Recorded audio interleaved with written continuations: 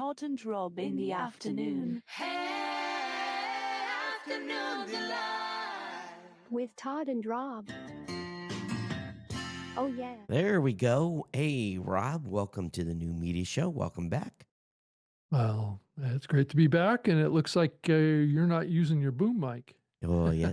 No, I am not. I am on I ordered same boom mic that I have in Michigan. So. Oh, it's an uplift one. Huh? Yeah. So comes from below. And from the last show, everything is, I think I talked about in the last show, everything's running the Mac Mini. I'm crossing my fingers for after a month or so, everything is finally dialed in. But hey, I've been on vacation the last 3 days. And to be honest with you, you can hear it in my voice. A little too much party. Oh, okay. That's what it is. Yeah, so I might be reaching over here and hitting the mic button as I'm clearing my throat. So hopefully I remember to do that. So, hey, I've, be honest with you, I really took vacation. I didn't check the email once and Slack once. And so I got a lot of catching up to do Thursday when I'm back in the office. But podcasting space continues to rock and roll. And I guess the one thing that I had saw, we had gotten something on X from a listener of the show, and they had said to take a look at a deep fake. And it's interesting. This was a post from Rich Roll Podcast, and he posted a Substack article talking about how his voice was used in an absolute deep fake, video and audio, to say things he would never say.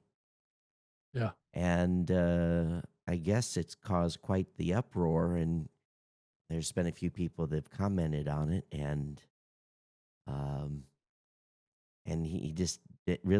he found that Facebook and YouTube and other entities were not at all prepared, not at all responsive, didn't take the content down.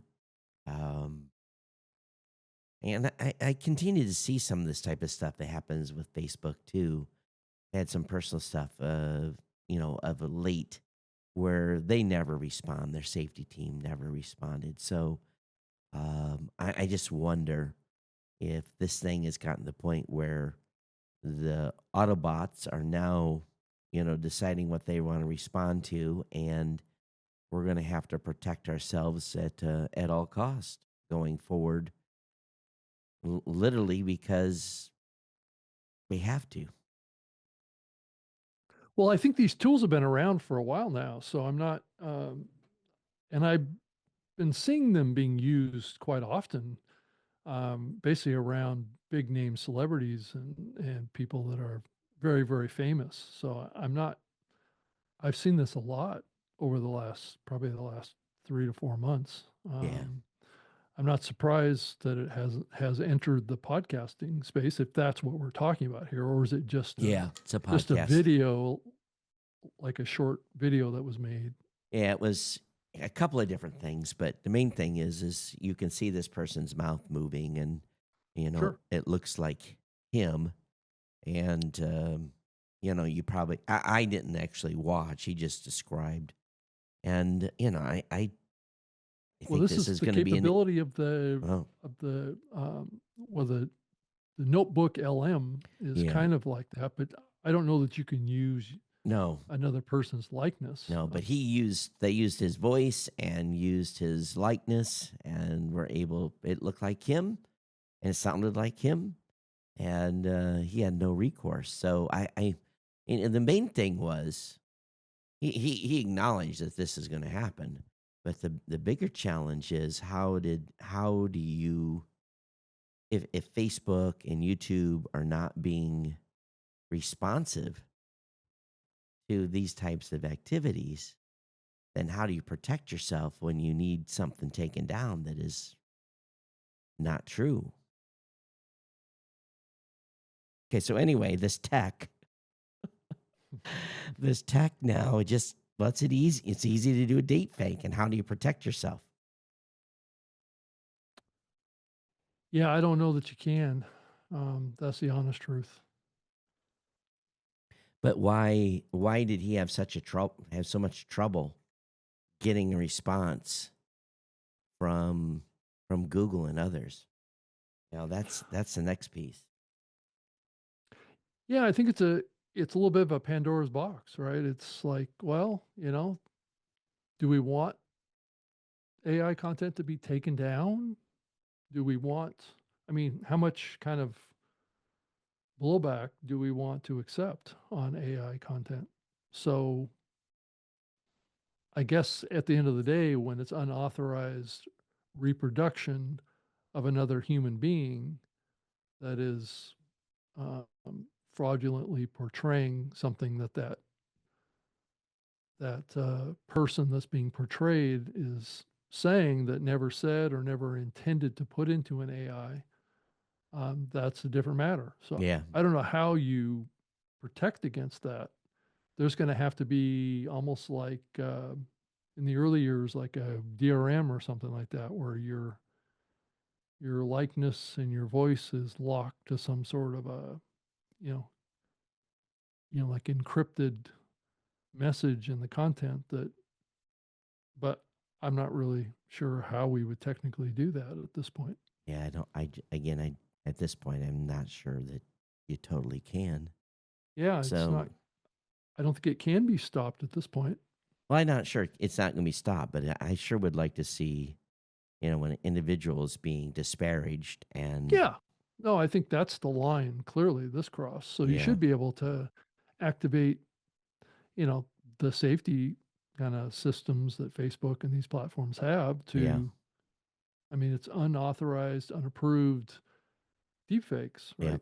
yeah, That's a clear portrayal here. The problem is what the viewers see up to the point where it gets kind of blocked. That's where the danger is, if it's not blocked before it's published, then it's kind of, Oh, he you says know, he's been dealing with the damage all week, oh yes. and getting emails from people that canceling, like, I can't believe you said this, and oh my God, and Oh yeah. People are hypersensitive to right. saying something that isn't politically correct. And, their reaction is, visceral. Yeah. Well, it can Yeah. be, it can turn to violence and threats and all sorts of stuff Yeah. these days. Yeah. So, bad juju. Um, the only other topic I had that I was kind of, I think we know this, but a report came out that women podcast listenership has tripled in 10 years, according to the Women Audio Report. Women in Podcasts, released by Addison Research and Sirius XM. 45% of all women in the U.S., 60 million, are monthly listeners, and 52% consume podcasts in some form, whether listening or watching.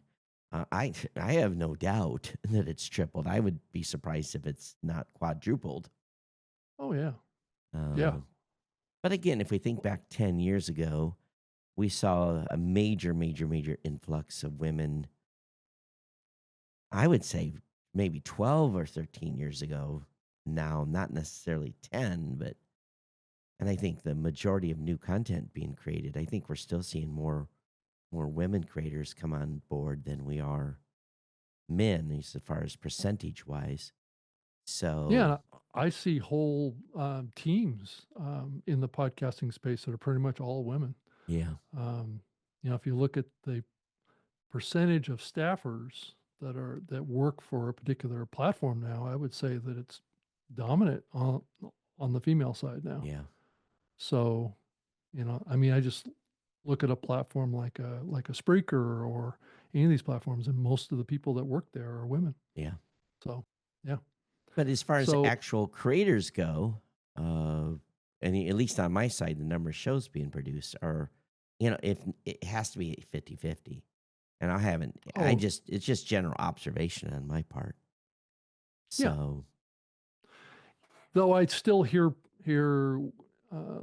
women say that it's not enough, right? They're still, men are still still in their perception still dominating the podcasting space.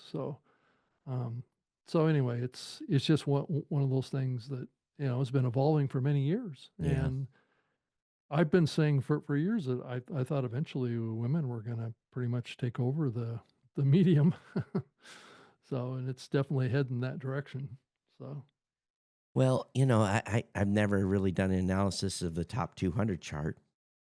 yeah, So I think it's, just nuts to bolts is I think you have, maybe that's a bad analogy, but I think you have um, yeah, maybe Todd. yeah, yeah, apples and oranges. Um, God, too early. Sorry. It's okay. It's um, you definitely have this high, talk about the number of listeners. So the number of women listeners are there and a huge numbers. So the question is, what are the ladies listening to? And what are the men listening to?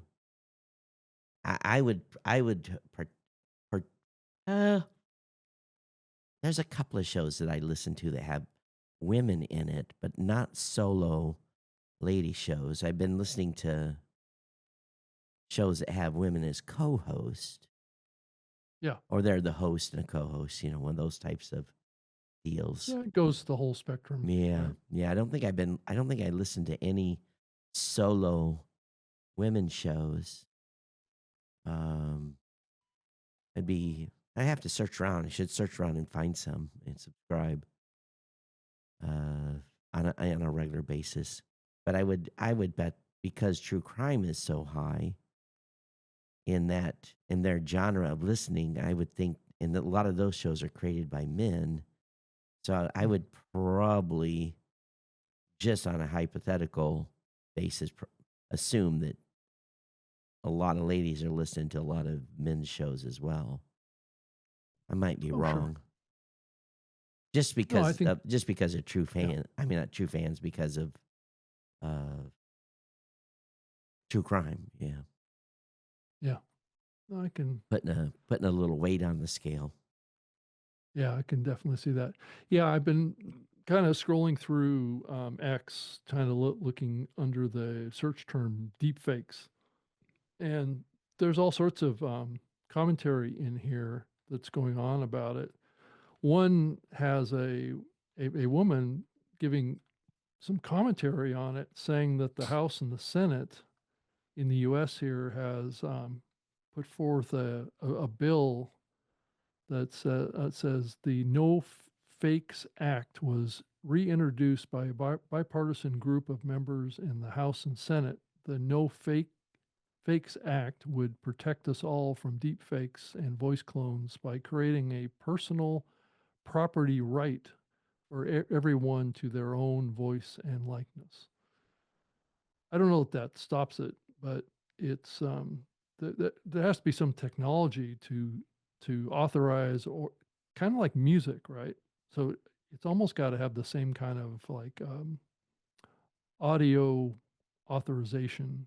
Well, I think the logos are going to have a hard time detecting when someone's a deep fake, unless there's something embedded in the creation of the content. Yeah, no, I Uh, think it's I So, think it's in uncharted territory here. lacking that, we will have to deal with, hoping that they react to takedown requests. Yeah, and So, then they're going to have to authorize that the person that's demanding the takedown be be the right person. yeah, you know, so you have all sorts of authentication issues that are put before us here. yeah. Yeah. So, I see in your notes that you sent over that you have been playing around with some single-use AI tools. Yeah, I think this whole reality that we all been living in the podcasting space, where we've seen these, these um, new companies being birthed that are trying to utilize AI technology to solve a particular problem, right? That we've oftentimes said on this show are really kind of maybe a feature, not a product, right? Um, and and I think to some degree, this new platform that was introduced here at the end of March. I don't know if you have seen it or played around with it, Todd, but it's called Podcast Prepper. Yeah, it kind of So copies everything we do with our AI tool. yeah, so you have these, and I was using this platform as an example of what I'm talking Yeah, about, where this, I think, and I'm jumping ahead a little bit by saying this, but I think that the future is integration of all of these potential time savers into one platform. So you create a holistic publishing process. But in the period that we're in right now, this is the period of, and I think we saw this in the 2000s and time frame too, where individual startups would start up with an interesting idea, right? Where this particular one, this podcast prepper, is really all about doing guest preparation right.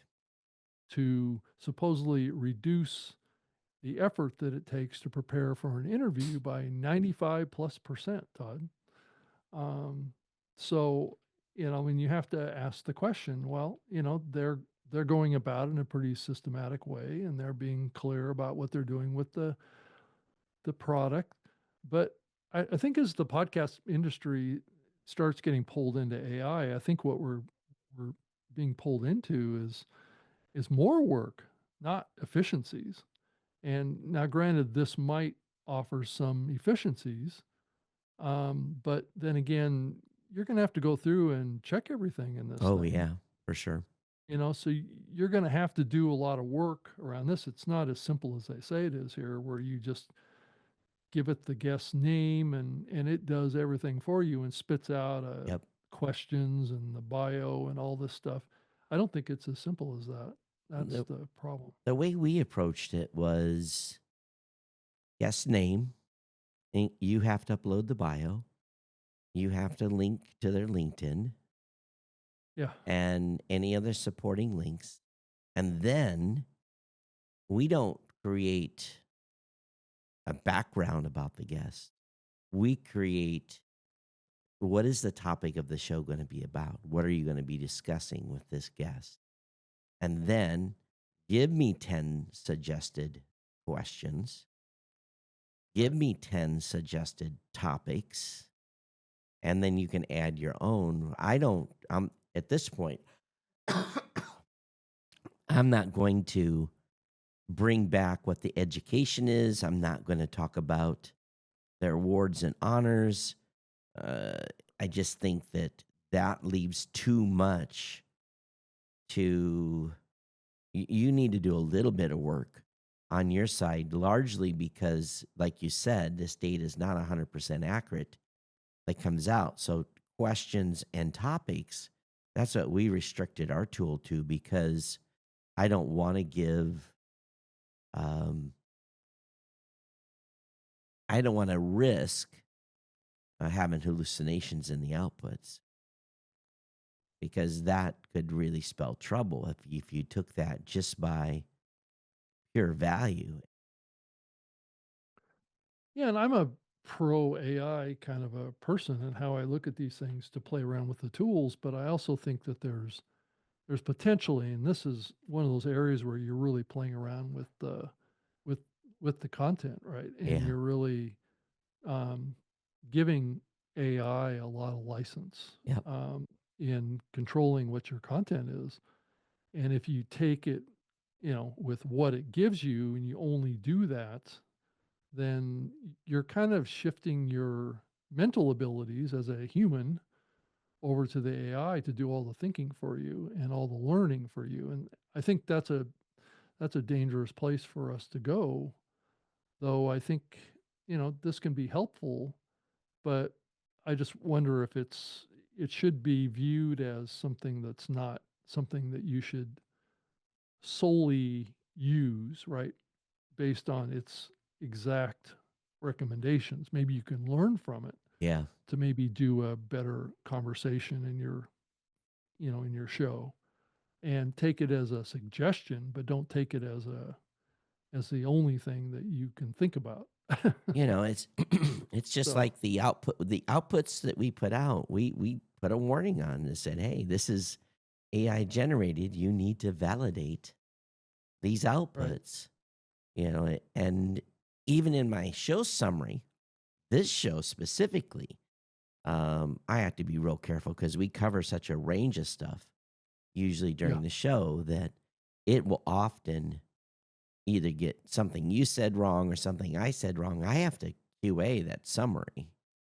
It does a pretty good job on my tech show, but this show specifically, because we go for 90 minutes, it Yeah. tries to cross correlate It's a stuff. lot. Yeah. Yeah, it's a lot. And I know that, there was a little bit of a controversy that came out this week about the Descript tool, um, on its audio transcription, leaving big chunks of the transcription out from the audio.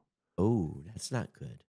Yeah, I guess that there was a bug in there, and I wasn't aware of this, and I used the tool as well. I don't use the transcript to put out as content, but I use it as a foundation to maybe come up with a summary or that kind of stuff, and do some editing. But don't you edit by text?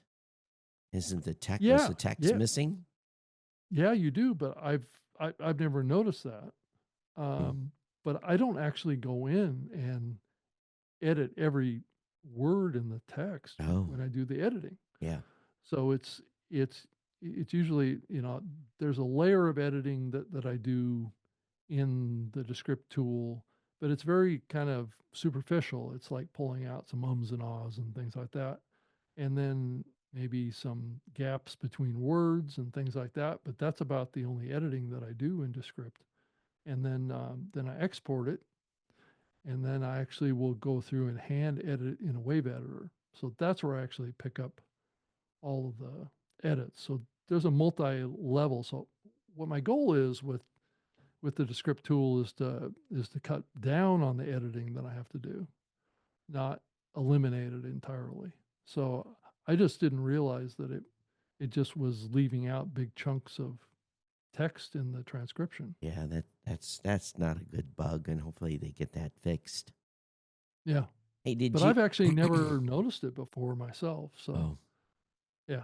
But anyway, did you see Brian Barletta's comment about them not? They're basically telling their partners that they yeah, don't I have it in the show notes at the bottom of the Oh, show notes list. So oh, so that is, that is a yeah. topic. Yeah, it's a topic. It's not specifically the Brian Burletta commenting, because his commenting has been pretty much the same thing that we've said over the Yeah, last yeah, couple yeah. weeks. So there's really nothing new that But it's Brian said nice that we they. haven't said multiple times. But it's nice that he's come out and said they're recommending their partners don't do this. Yeah, and that's what we've been saying for like Yeah. the last 3 weeks. Yeah, But or actually longer. yeah, Yeah. but what what I have in the show notes is really about Spotify's response, which could draw a little bit more clarity, I think, on what they're doing. Yeah. But in the article, and I ran their article through AI as well, and it extracted the key points out of it, and I think the big one that I took away, which I thought was interesting, is video on. This is from Spotify. This is off a Spotify website. Video on Spotify and is automatically converted to audio for RSS based distribution elsewhere. Mm-hmm. Now, Elsewhere. this is an aspect that we hadn't talked about before, which is if you upload your video to Spotify, the audio from it will be used in the RSS feed that's being distributed outside of Right. Spotify to like Right. Apple Podcasts Which as is well. even worse. Right. So it's actually replacing the RSS audio Yeah, that as well as putting it out as a. Now, granted, this is probably only for people that are only hosting on Spotify for creators, right? So unless this they wouldn't be the unless case. yeah, for source audio from Blueberry would be safe Well, it's still going to be overwritten, right? It's on just not Spotify. Yeah, right. It's still going to be overwritten, yeah, but this is for they're taking the audio from the video and yeah. putting it in RSS feeds that's going to be published on the creator's behalf. Now, So they've doubled maybe, down and made it worse. well, I mean, yes and no. I I tend to want to create separate audio from the video. And what Spotify is doing here is assuming that the audio from the video is what you Yeah, want to put out as an RSS based yeah, audio yeah. version, which that also is a whole nother level of problem in my view. Now, not everyone probably sees it the same way I do. I'm sure there's creators out there that are just putting out the audio that's the same Mm, thing as in the video, right? hmm. That's kind of what we do with this show. Yeah. So, it's not a huge thing, but I just didn't realize that they were doing that with RSS based external distribution. Right. But one thing's for sure, it completely destroys any programmatic advertising opportunity.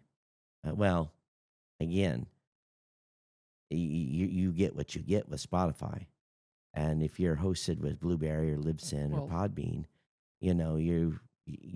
again, I think Barletta's and our recommendation is don't put video over the top of your audio. well, don't publish video into your same show account that you have in there for your audio show via RSS, I think is Yeah, that's correct. what this is. And that's different than what I was just talking about. So, because Spotify, I guess, has their own ad insertion technology and targeting. Oh That's yeah, what it talks about in the article. It also says that Spotify allows megaphone publishers to monetize video content through direct sales and through the Spotify partner program. So, I mean, but that's not anything new. no, It says direct sales options include baked in host read ads and dynamically inserted ads. So they do have, but that's been inside the Megaphone platform right, right.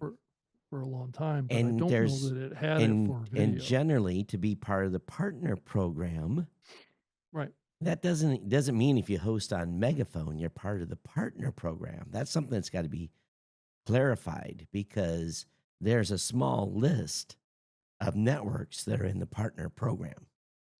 Well, I don't know that that's entirely true, Todd. I think if you have a certain plan inside of the Megaphone platform and you're a publisher, I think that gives you access to the advertising tools. Not to the partner So program. You have to be approved. There is a list of shows that are no, part no, of the I think partner that program. well, yeah, that's true from a Spotify ad sold publishing. I'm talking about if you're a publisher and you're selling your own ads into your own content, you can utilize their Oh yeah, tools yeah, to yeah. publish ads into your own show. Yeah, that's different than the partner program though. Yeah, Yeah. no, it is. All I right. think what you're Yeah. talking about is those that are just uploading their content, their video content, just through the Spotify for Creators platform. No, Spotify has a specific platform for people that are on Spotify for podcasts. If you Okay, but are, that's different than Megaphone, is all I'm saying. I know, but Yeah. again, the Spotify partner program, not every Mhm. podcaster that's on Spotify is part of the Right. Spotify partner program. Usually, you have to be part of a network that's one of Right. their partners, Or Spotify Spotify partner, to do the ad sales to for do you. the ad sales for you, right? And then the Yeah. Megaphone piece is separate. They've got their own tools and Yeah. services, right? So you have to qualify to, and it's just like Yeah, what YouTube is doing, right? yeah. Now, granted, what YouTube is doing, and probably Spotify is doing this too, is that they're still going to run ads against your show. Well, they are. Yeah. I mean, if you're in, if you're in the partner program, you get a revenue share. But if you're not in the partner program, Right, you're you get probably nothing. not getting any kind of revenue share, but Yeah. they're still running ads Yeah, against your show. you get nothing. Yeah. Right. Yeah. And I So, don't think they run it mid-roll. I think they run it in between. yeah, like a pre-roll or Yeah, post-roll, yeah. probably. Yeah. So, But I'm trying to think what YouTube does. I think YouTube runs mid-rolls on content that's oh not yeah. part of their Oh monetization yeah. program. If you're not paying for it, they'll cut you midstream and they figure out where to insert an ad, and every 10 minutes, if you're not paying for YouTube Premium, you're watching a Oh, no. I'm talking about the creator side. So, yeah, you're talking about the consumption side. Yeah, I'm talking about the yeah. creator side. Yeah. So, yeah, you're not gonna, even if you publish content to their platform, they're gonna run probably even mid-roll ads against Yeah. your content, even though you as a creator are not part of the Right. monetization program. Right. Yeah. On YouTube. Oh, 100%. Yeah. That's how they pay for the ability to use that platform for free. Mm-hmm. They monetize around your content for the majority of the folks that Yeah. never reached the minimum watch hours to be monetized. Yeah. So you have to keep, grinding to get those numbers before they yeah, they cut let you. you make any money. Right. Yeah, and of course, Spotify numbers are so high that, my God, 10,000 hours a month or something like that. Yeah. That doesn't make a lot of sense to me. Yeah. I mean, if they're going to compete with YouTube and get content that would go to YouTube, they need to compete. That's Means that they expensive need to have same it's a lot of program. work to sell advertising into videos. So Well, it's all automated. So, right. I think you look at a lot of YouTube stuff that goes in. Yeah, of course, I don't see ads no more because I can't pay for premium. I just hear the baked in stuff from the creators. So I guess that's true. Well, there's programmatic video buying platforms that yeah. exist out there that have existed for a long time for streaming television. Yeah. So It's I'm just sure that's what's being done yeah, here. just programmatic. They just drop whatever ads available or Yeah, whatever. it's called let's see, the dynamic ads in Spotify for both audio and video are inserted in real time Yeah. using Spotify's proprietary streaming ad insertion Yeah. technology. Yeah. They're SAI. Yeah. It says this ensures that the ads are only served when the user reaches the ad slot. So one thing Approving, targeting, and all that stuff. So one thing's for sure, it's more about lock-in and more about do it our way, and not supporting. Again, I think my recommendation still stands. Have 2 shows, 1 audio, 1 video. Yeah, well, that's what we've been doing for years, right? With RSS. That's right. It's just another lack of integration of the two, right? So, yeah.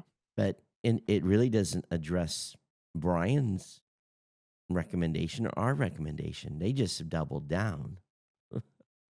I think they're going to do what they're going to do. Yeah. So, I don't think. Also said in the article that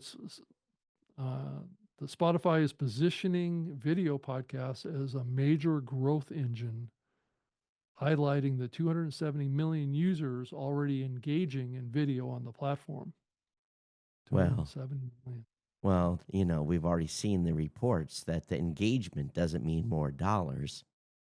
We've already covered that people that have audio are losing money when they're putting video on top of their audio. Their revenue's going down. So may have the engaging audience, but it surely is not paying. Yeah, they're really.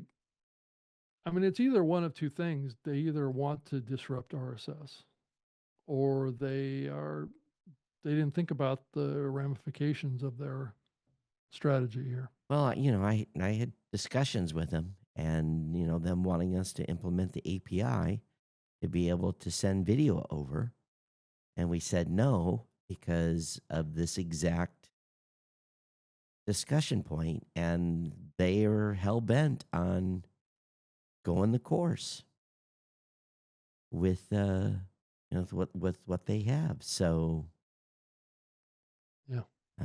they made it a business decision. This is what they're going to do, and I think anyone that is thinks otherwise may be in for a surprise. So I guess we and Brian and others, sounds profitable, been spreading the alarm, but they have not. You know, look at the company reach that Sounds Profitable has.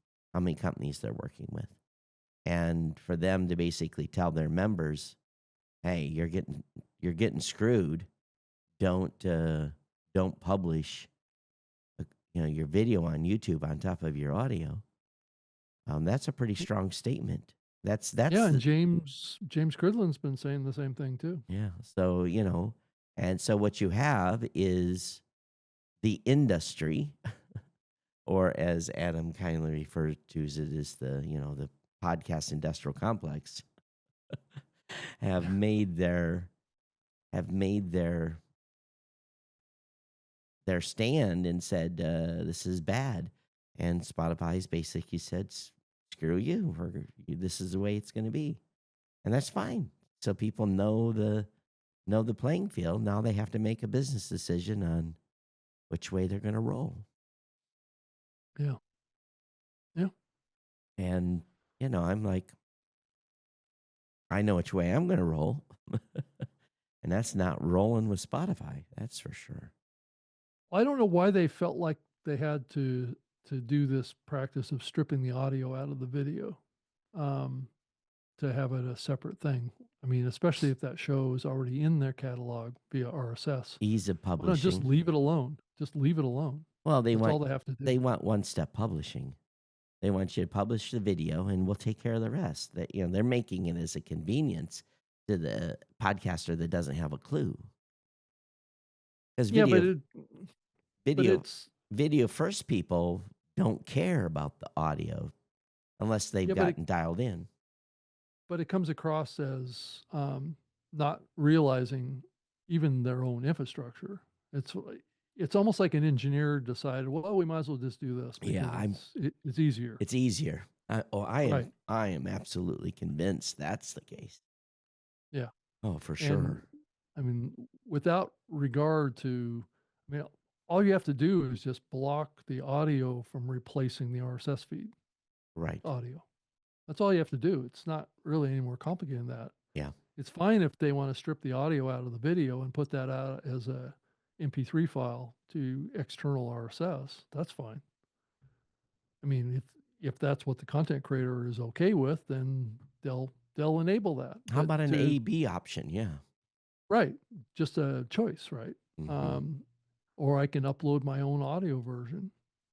So, this whole thing that Spotify wants to decide that your audio from your video is going to be your show, I think is either was done with,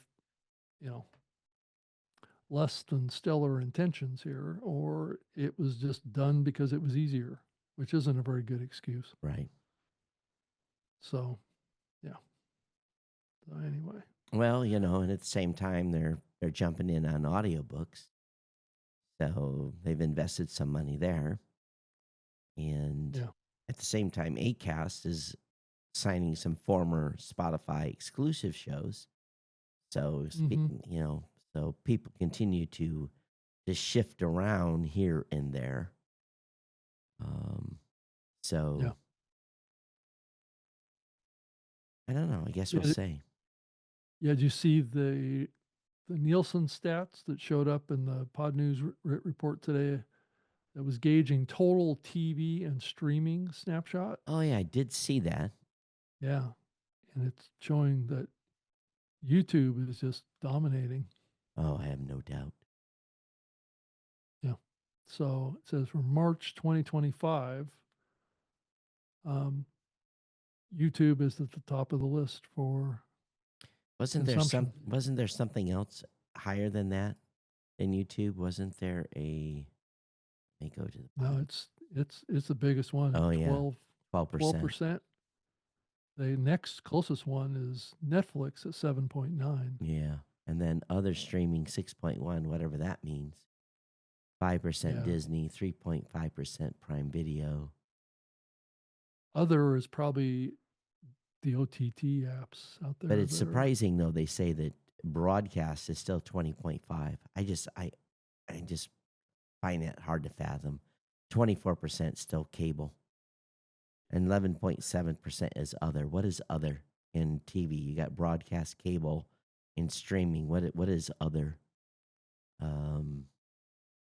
Other probably would be other kind of smaller tier OTT apps, probably. Yeah, maybe. Yeah. But There's a what's bunch of those what's out there. interesting here is that I would bet if I was a gambling man, the cable industry is still heavy reliant on sports because it's still not always clear where to get a sports program if you because they move around. The NFL sold so many, the NBA sold so many episodes to or so many games to one network, and so they're either on Fox Sports or they're on ESPN or wherever they may be broadcast, and then trying to find the live stream of those sports can be challenging. So I'm assuming because sports is so heavily tied in broadcasts that a lot of people still have cable subscriptions is largely because of sports. Now, what's funny here? Well, what's the difference between broadcast and cable now? Well, broadcast is supposed to be, your rabbit ears on your TV. That's my assumption. But I thought everybody was getting it through a cable box now, pretty much. well, there's no cable where I live, but I can still get television stations. by Okay, putting in. so But 20% again, of the people are getting over the air I television would be still. shocked. I would be shocked. Hmm. That to me seems like a high number. I get 4 channels over the I know air, that's what I was going to say. The number of channels is extremely low, right? and sometimes it doesn't even work. It depends Yeah. how much foliage Depends is on on the trees. Yeah, it depends on the direction of the antenna and Yeah. all that stuff. I know You know, I've done it before. I know how much of a struggle it is. Yeah, And I know it's- RVs have TV antennas on top of them that have like a little crank that you crank Yeah, in well, order the- to the- get the- the TV signal to match up with it. the older ones do, the newer ones don't. Yeah, You know, I had the- a pr- I had a pretty new one too, and it still had a little crank on it that you had to crank it. a lot Yeah. of them now just have a Starlink adapter. Oh, right. Yeah.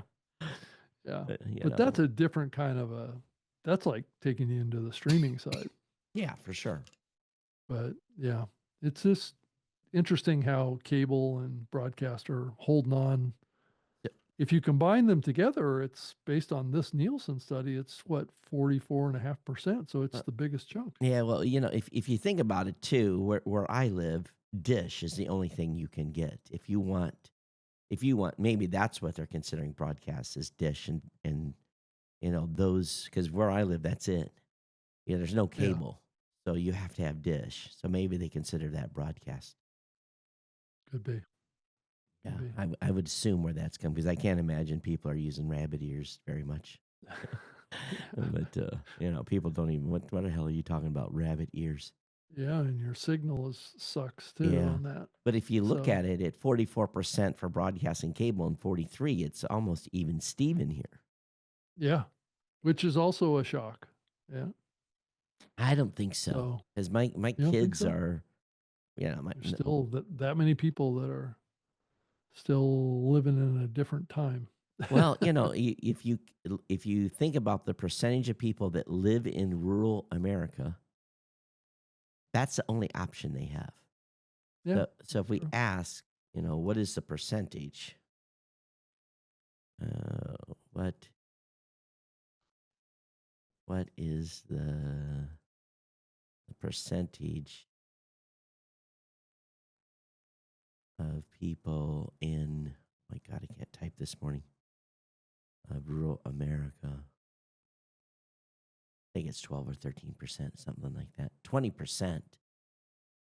So live in defined rural areas.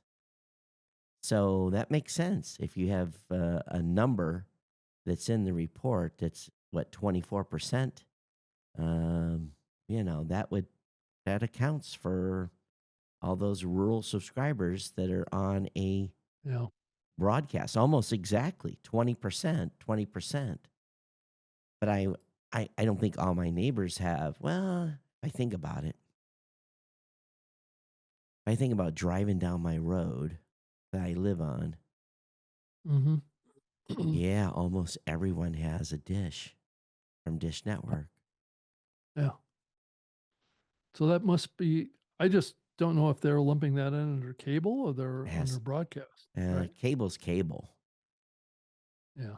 So, and if you have cable, then you have cable internet. So Yeah.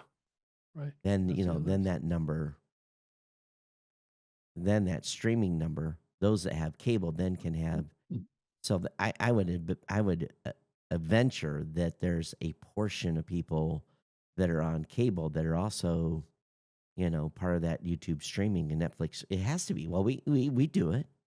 I do it here. Yeah. Except I have IPTV here. I get every channel in the known universe through some, God knows where they originates, but in America it's here I'm sure it's illegal too, but everyone has IPTV. Todd, have you noticed just an explosion, or is it just my perception of all the podcast awards? Yeah, there's a lot. It's really blown up. Yeah, there's a whole bunch.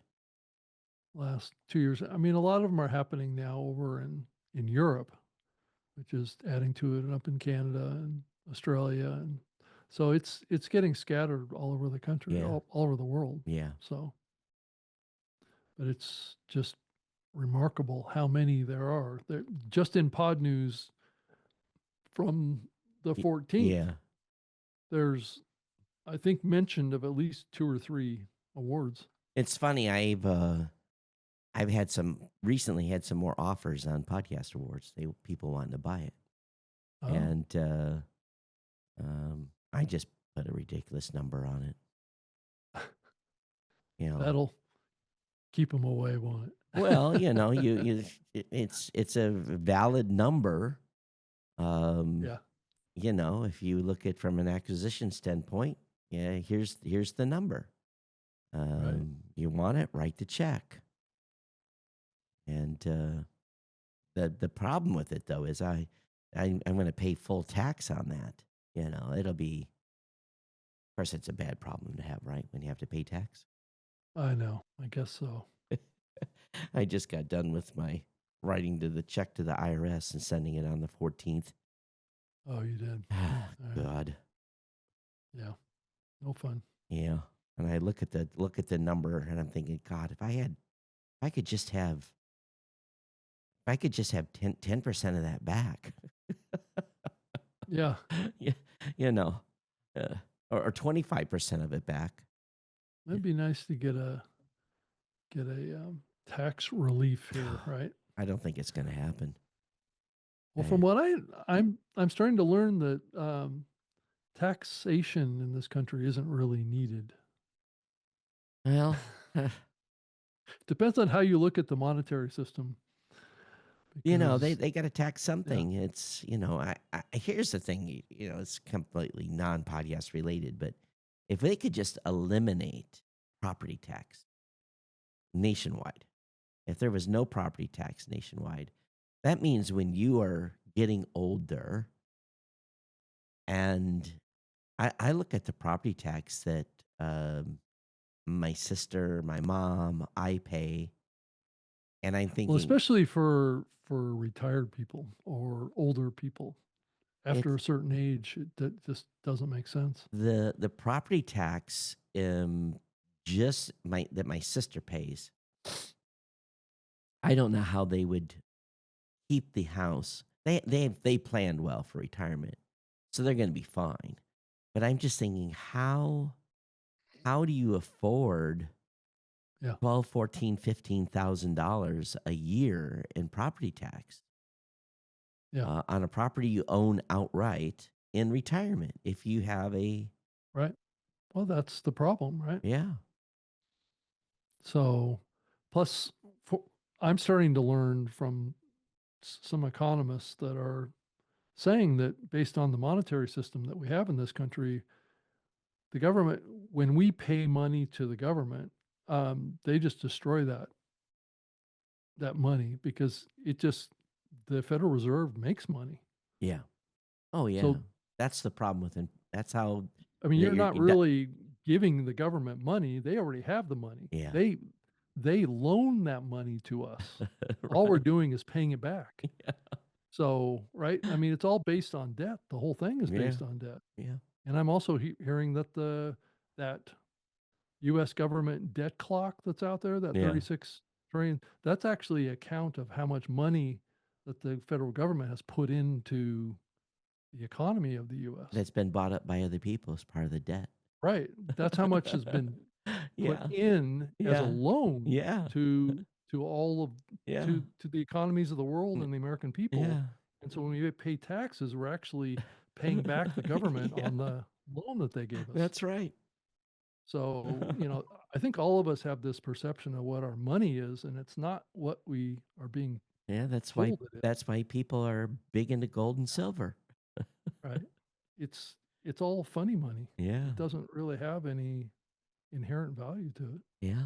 That's why, inflation's it's brutal. I look at my military retirement Well, and inflation is a real thing because oh the yeah, more money the government makes to yeah, put into the system, as that supposed debt clock number goes up, yeah, that's an indication of inflation is what yeah, it is. yeah. And So, I but anyway, I just look at how, you know, when I retired, it's pretty nice number. That was in yeah, right. 2007, now. Yay, 40 trillion Yeah, in no. debt means that there's more money out here for us, Well, that right? means Yeah. there's less value for my retirement. Yeah, right. Exactly. Exactly. Your buying power drops, but there's more Yeah. money for everybody to have, Yeah, right? we go to the grocery store and where'd that $400 go? Yeah, right. Yeah, it's hard to go to the grocery store and not spend $200 now, Oh, right? that's the min. Yeah, That right. was that it used to be you go to Costco, spend 400. Now you go to Costco and spend 8, and you go to the grocery store I and try spend not do that, you but go to that's all right. That's 2. just me. Yeah, well, Yeah, me neither. yeah. So, but yeah, I Uh, used to, a couple of years ago, I used to walk out of Costco and think, wow, I made it out of here for only $100. wow, how did you do that? Did you go in Yeah, there I with a know full exactly. stomach? Yeah, right, right. But back in those days, it was reasonable. I started shopping at Costco back in 1988, Uh, so that's and how long I've been doing it. in Hawaii, we had to have Costco, otherwise we wouldn't survive just because You of the wouldn't have survived. no, Okay. we wouldn't. Honestly, we would have starved. Yeah. Um, see what else has happened the last week here. Oh Yeah, I yeah, just keep seeing these new tools coming out like PodPace. Did you see this no podcast speech normalization tool now that was launched? pod paste. PodPace, PACE, Oh, Pod PodPace. and it's an audio normalization tool. Yeah, Okay. upload your audio file. It analyzes the speaker and uses assembly AI to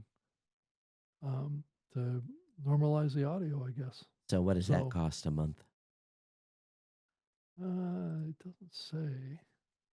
Let's see here. Doesn't look like it's. It doesn't look like it has a fee. It looks like Well, it's a free thing. well, we'll see how long that lasts. Yeah, and it's a bunch of downloadable code files, Oh, JSON files, and yeah, it's really usable for everyday podcasters. oh, okay. Yeah, that's being sarcastic here. Yeah, right. uh, Yes, build your own normalization tool on your oh, computer. oh, That's kind for of the what super it. geeks out there. Right, that there's so many of them. Just remember, So Podpace. Most podcasters, some don't know what the right click button on the mouse is. yeah, we've been fighting that one for years. Yeah, Yeah, right. that's So interesting. yeah. So I don't know. There's not, I don't know, Todd. I mean, be honest about it. Is there a lot of stuff going on in podcasting, or are we kind of in It's pretty quiet uh, right now. the the doldrums to some degree? Yeah, we've been head down pretty hard on trying to get Guest Match Pro launched. Yeah. At least in the beta. So I got that's what my team's focused on, and then we've got I'm, another project we're gonna start on soon that's big. yeah, I did a call with the Podcastle folks. Um, I don't know if you're familiar with A that little platform, bit, but a it's a little bit. platform out of Europe, and I guess they've built a complete publishing, editing, um, kind of creation tool. It's kind of a one-stop shop for creating a podcast, right? Mm. Kind of like what the Notebook LLM is trying to do, right? But um, the piece that I learned is that they don't have any metrics that are connected to this. It'll create your RSS feed. It'll do all the AI stuff for it. It'll get it into an RSS feed. It'll get it into all of the platforms, all the listening platforms. But the piece that's missing in their platform is any kind of metrics. So there's no counting of plays or downloads or anything in the platform. Hmm. So let alone IAB metrics. Right, right. So yeah, so we're still in this age of incomplete platforms, right? That can't do it all in one place. And is that where we're going to wind up, Todd? What's your thought? Are we going to have a handful of platforms that are going to integrate all these AI functions and tools into one publishing work stream? We are. It's just, when are we going to see it, and who do we think is going to build it? Well, we're probably 85% of the way there already. Yeah. So I think Again, but that's the again, big there's more. question. There's more. There's podcasters need more than publishing and production tools. They need the Well, social piece, the social they need promotion. marketing, they need all that stuff, right? Yeah. Yeah. Yeah. And well, and you have to think about the monetization parts too. Yeah. There's a lot of pieces to bolt together to come up with something, but I'm increasingly thinking that the agentic movements in the AI world are going to make that possible like we've never seen before. But Yeah, we'll see. I don't know if it's going to be put together with agentic capabilities, but I'm sure there'll be some element of it in a platform that does all this stuff. Because that assumes separate components that do separate things. Right? We built part of our matching algorithm for Guest Match Pro uses AI. So, we leveraging that to do, to do something that would have been ordinarily something very complex, and it, not so complex when you Yeah. and you can, do stuff through an API call. So Yeah, I just wonder if there's platforms right now that you can get access to that you can manually assemble a workflow, right, yeah, of a AI by plugging in components that will do various things and then passing data from one component to another component to another component, and it gives you an output, right? So I guess what we're probably building here is like what you're building, which is kind of like a one-stop shop kind of Yep. experience, but the user itself of the platform doesn't realize that it's using agentic tools or agentic type workflows. All they see is the input and then the output. yeah. It's simple things sometimes too is Yeah. something that you and I consider really, really simple for a new Mm-hmm. podcaster can be a roadblock. And Yeah. we're building something right now that we've learned is hindering as we've watched, using Hotjar and different things on the website. In watching new podcasters come into the platform, we see stuff that they should do, but they don't do, which then ultimately ends up being maybe a deterrent to them getting to episode 1. Mm-hmm. So, we're building stuff to really completely lower the barrier 100% to getting them to it, to that first episode and Mm-hmm. and flowing them through. Um, it's we didn't have to do this 10 years ago, but now we have to, provide. I don't want to call them baby steps, but it's a checklist of sense that allows them. Okay, I've done this. Now I got to do that. You got to do this. Got to do that. Okay, I'm ready. 4 or 5, and it's not that many steps.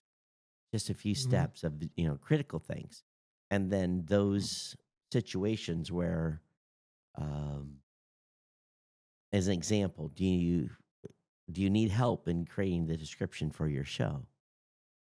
Yeah. And if it says yes, then I can open a query box and I can say, type in, what you think your show's going to be about, and we'll help you create a description. And what categories. Another thing is, what category should my podcast be in? Mm-hmm. And people go, oh, I don't know what. I said, well, you can pick 3. So here's the 3 suggestions based upon the Yeah. description, and just Yeah. kind of stepping people through, and giving the option to manually set it, of course, but taking, because they don't understand why they need to set a category. Only we know they Yeah. have to, for them to be, properly placed in Apple Podcasts. And, the other things that need to be in there so that when they're ready to submit and, produce their episode 0, they're ready to go. Yeah. And that way it reduces the support calls. And because the challenge is not the existing podcasters that are creating content. The challenge on my end is the new podcasters, and educating the existing podcasters on, hey, by the way, we've got this tool you can use. And I think what happens too is podcasters get in a production flow that they're very comfortable with. Whatever they learned the first time, if they're using Hindenburg or they're using Descript or they're using Adobe Edition or whatever they're using from a tool standpoint, when you come in and say, hey, we can save you time here by using this tool, people they're used to doing it in their workflow. So getting people to consider a new workflow is very, very difficult unless you train them from the very beginning to do this workflow. Yeah. And then you hope that the creators will come in and say, okay, what you're doing here is going to help me how? And that really is the, what is the why? Why should I use this? What is the benefit, the why and the what? Yeah. But That's true. totally, it's still in this, in my opinion, we're still in a situation where, if I could get, well, it's just 50% of podcasters never get to episode 1. Right. Yeah. They, That's true. they don't even just get to, they say, I want to do a podcast, and they sign up, and then, we're watching, we have a dashboard that tells us all these new shows that are on 30-day trials. And sometimes they add their billing and then it's month 2 and they still haven't done episode 1. And we're like, hey, and with this new law out, there's a new law out that basically says you have to tell your podcast subscriber, hey, in 7 days we're going to hit your credit card. Now, we were doing that already for people that were brand new, but now this new law requires you to send an email on a reoccurring charge that says, hey, we're going to hit your credit card in 7 days. You're going, and if you don't want to have us do that, here's the cancel button. they made that, the FCC or one of those groups made that mandatory for big fines if you don't, because people have difficulty finding the cancel button, and companies have made it hard. So the FCC came in and said, okay, you that are collecting a reoccurring payment, by law, you have to inform them that you're going to hit their credit card in 3 days or whatever the number may be, to give them ample opportunity to cancel. Right. And companies that don't do that are subject to big, big, big, big, big fines. You want me to pull up a deep fake video that's a good contrast between what is real and what's fake? Sure. Pull it up. Let's see here. How did I share? Okay, here it is. Share sound.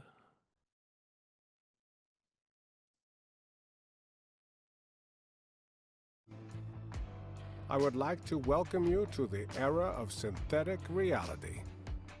Now, I am not Morgan Freeman, and what you see is not real. Well, at least in contemporary terms, it is not. What if I were to tell you that I am not even a human being? Would you believe me? What is your perception of reality? Is it the ability to capture, process, and make sense of the information our senses receive? If you can see, hear, taste, or smell something, does that make it real? Or is it simply the ability to feel? I would like to welcome you to the era of synthetic reality. Now, I am not Morgan Freeman. What you see is... So then what if Morgan Freeman doesn't like that? They've used his likeness. What happens next if Morgan says, hey, I don't want my likeness being used, even if they've disclosed I am not real? This is a virtual synthetic. Yeah. That's pretty convincing. Yeah, well, even this is probably not something that Morgan would approve of. Right, but even though it's clear that it's a deep fake. So I'm saying, how does he have that taken down? Yeah. Or does he care? I would think he would care. Where we get into this gray area is that he's considered a public figure, right? Well, still, you're using his likeness and his voice. And yeah, you are. Right. So we're lies kind the of challenge. straying into kind of new territory here. And I guess this capability's been around for a while. It's just getting better. It's getting to a point where you can't really tell anymore. Yeah. I would have probably... I wouldn't have been able to tell on that one. That one was pretty good. Mm-hmm. So at what point then does I just show up and do the podcast and people not know that I'm some agent doing the show? Yeah, right.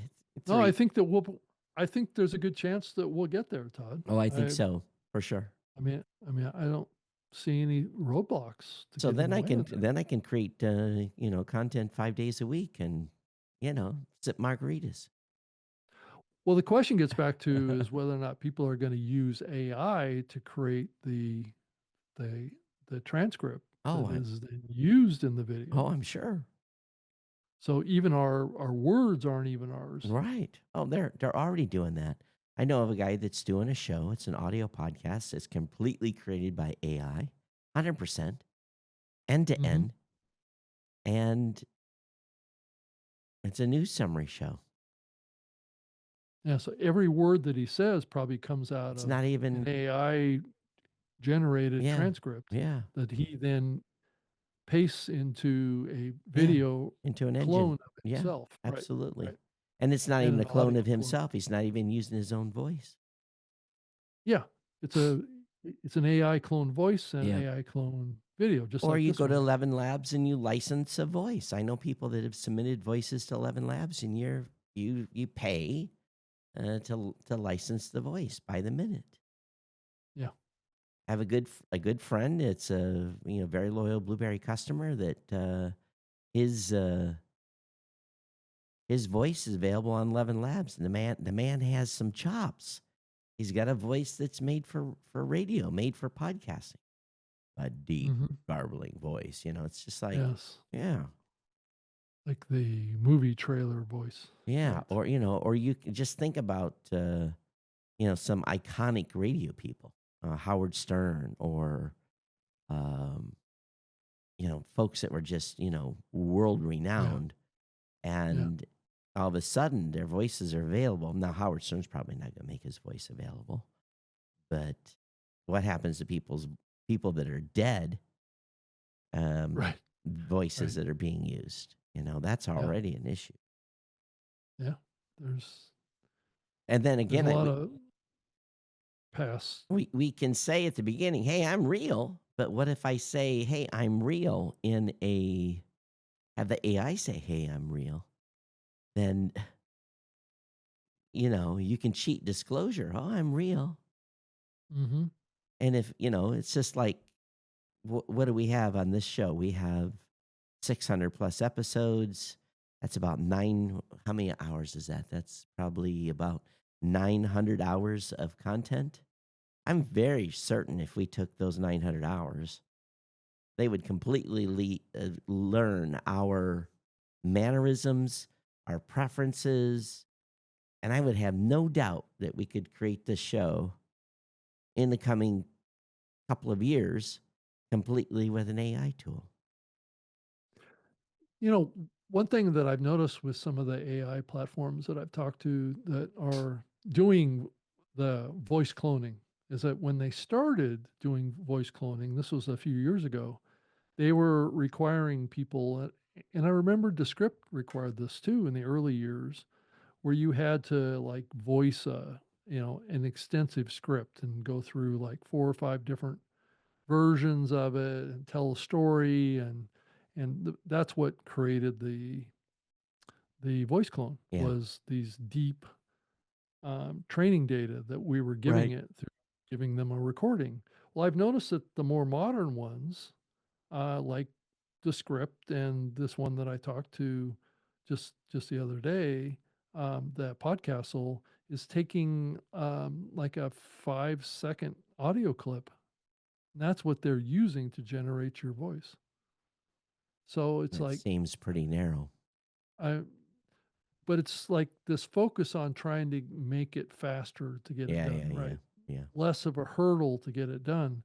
But my comment to them is that, well, what's the quality of the output? Yeah. Sure, you're helping, but their comment back was, well, we only need 15 seconds of your audio in order to do this. And I'm like going, well, how does it know how to do all your accurate voice inflections and your emotions and your it doesn't pauses? I mean, is it just making it up, or? I think it's just, I think I destroyed the English language enough that if I had a perfect show, it's like this morning, I've had to mute myself a dozen times here this morning because of congestion and, I'm graveling my voice and, no one wants to hear that. So it's if your voice is perfect every day,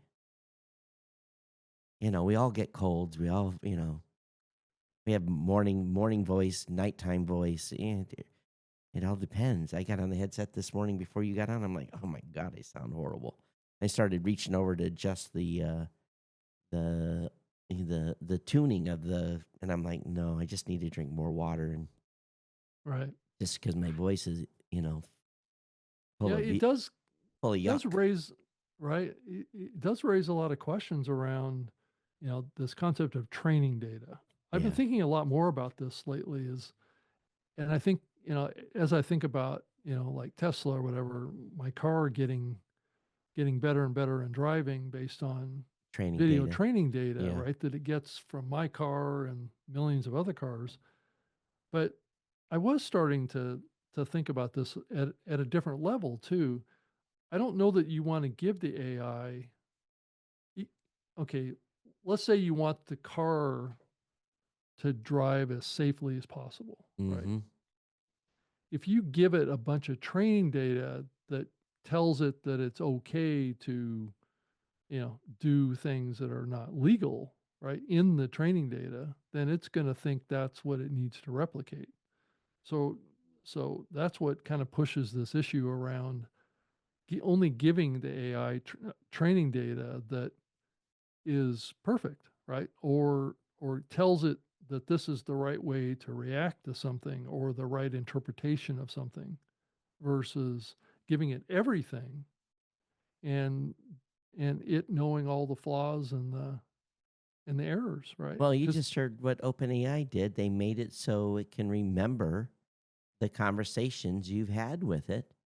And now, as a matter of fact, the first prompt it said is, tell me what you know about me.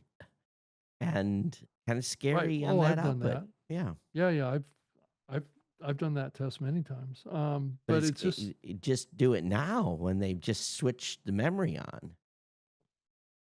yeah. And But it does really make you question, the quality in, quality out thing, right? oh yeah.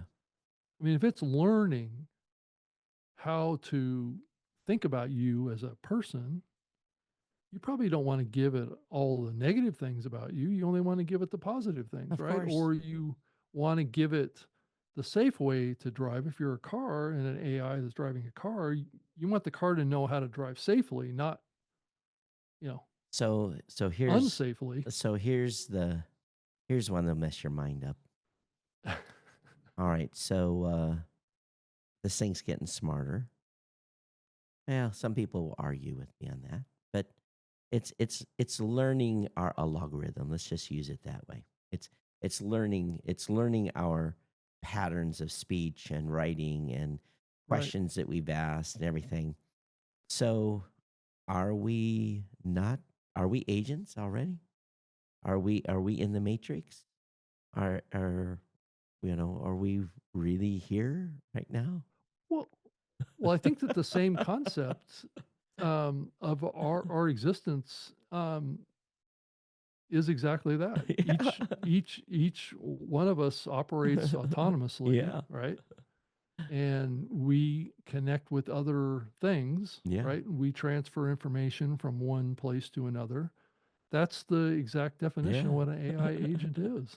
So, Is that I just hope the AI agent makes me a lot of money. I hope it makes me figures out a way to make like $1 million a year and I can retire.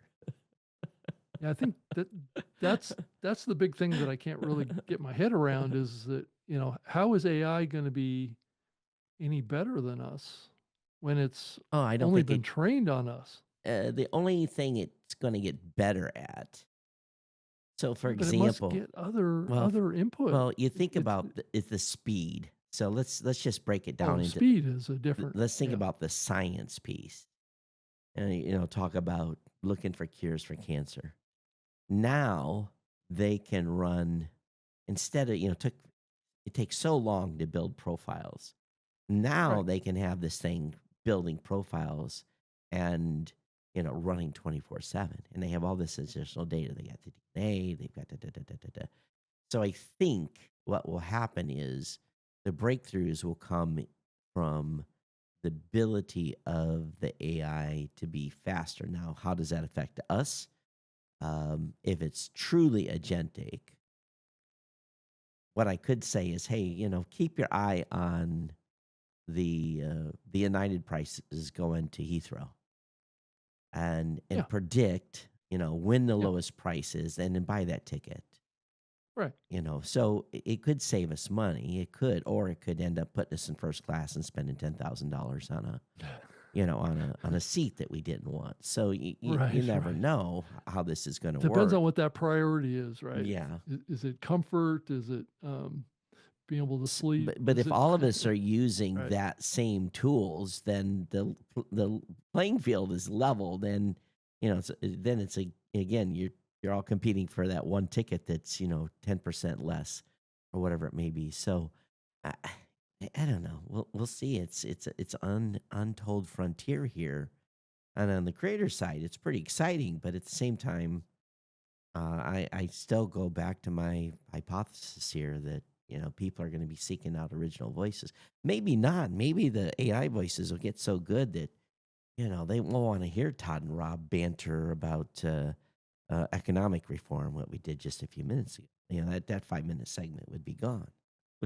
Well, if the AI gets better, right, than us, if it's smarter about what's happening in podcasting, and it knows more about what's happening in podcasting than we could ever comprehend, and if it doesn't make any voice mistakes, and the audio is always perfect, and the video is great, and But people get value out of it, then won't why wouldn't people but, watch but it? would the reporting be? But the thing is, at what point?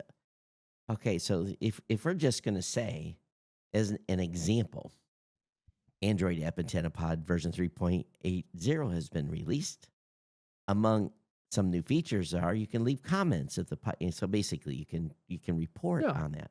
Now, Yeah, it's like a news product. but It's kind of like what you do with right. Geek News Central. But right. but what I will do, and again, I'm just using this as an example. So Antenna Pod, I'm not picking on you. I could say, well, that update sucks. Will the AI say that? Probably not. Will it be able to form an opinion? Will it be able to have an argument like we have sometimes on things here, where I play devil's advocate, or is that gonna come into the mix? Maybe. Yeah. Maybe it's a Maybe. weighting scale. Maybe in the weighting scale is okay for 10% of the show. Allow one of the hosts to play devil advocate, and it will, pick an opposing side to a topic. Maybe it will play against each other.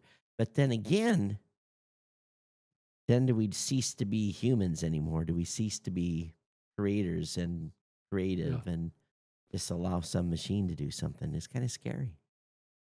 Yeah. And I do kind of wonder about, the whole thing. I don't know if you use the spoken word version of OpenAI Chat GPT, where you can have a conversation with the Yeah, AI. I've used it before. Where you'll ask it a question and it always says, "That's a great question. Thank you for asking that." Right.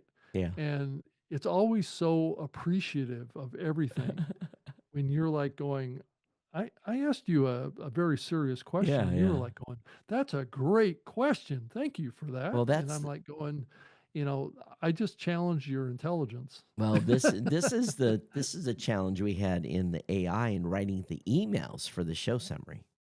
The challenges I had was this was a great episode. You need to tune in. It had Yeah, all these accolades, and I'm like, this audience.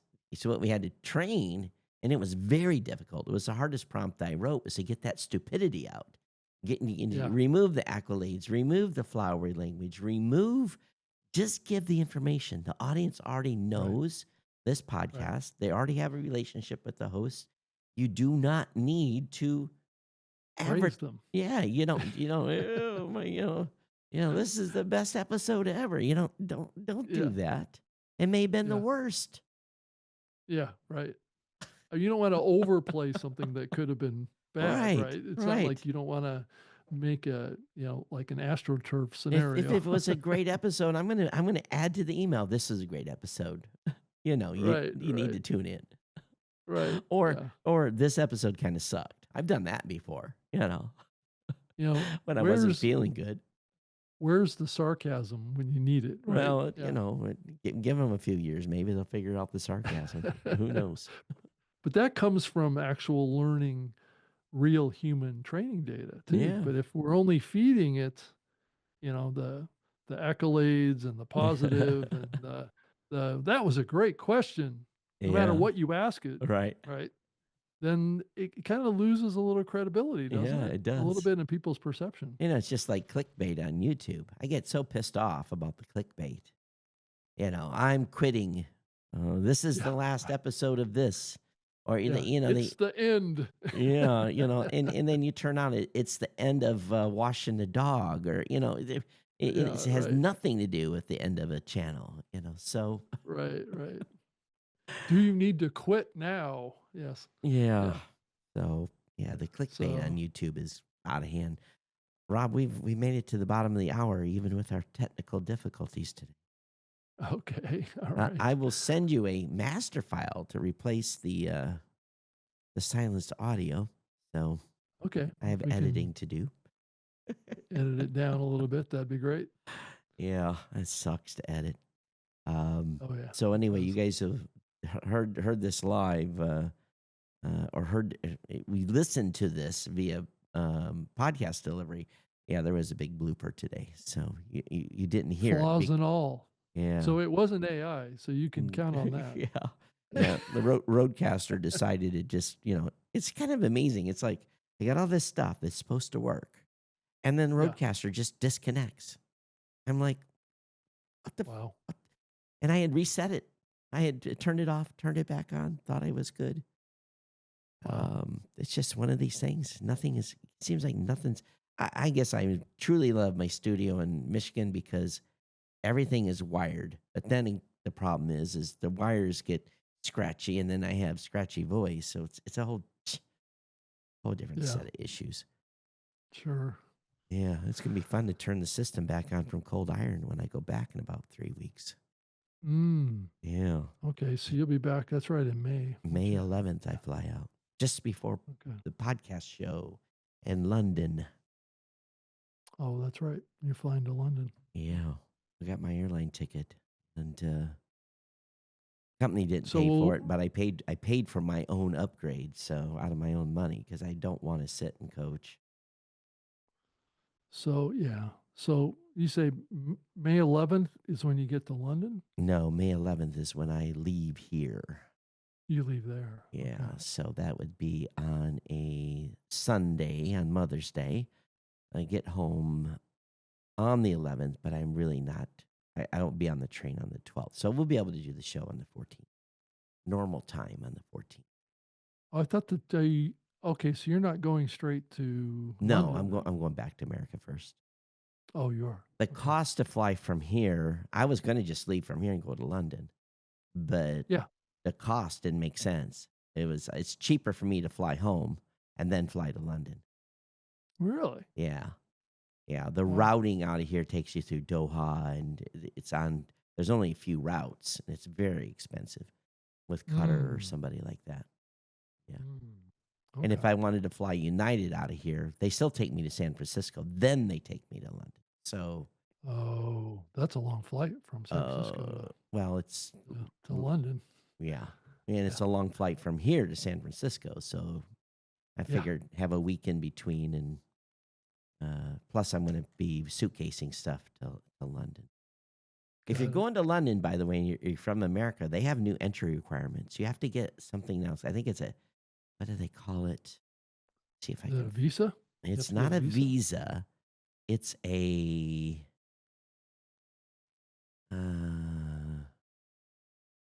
Where did I put it? That's not in that email. Here.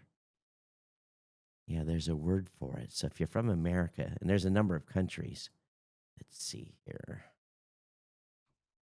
It's called ETA. It's an ETA application. And once you get it, it's good for 2 years. Hmm. So, yeah, you have to have an approved ETA, and you get a number.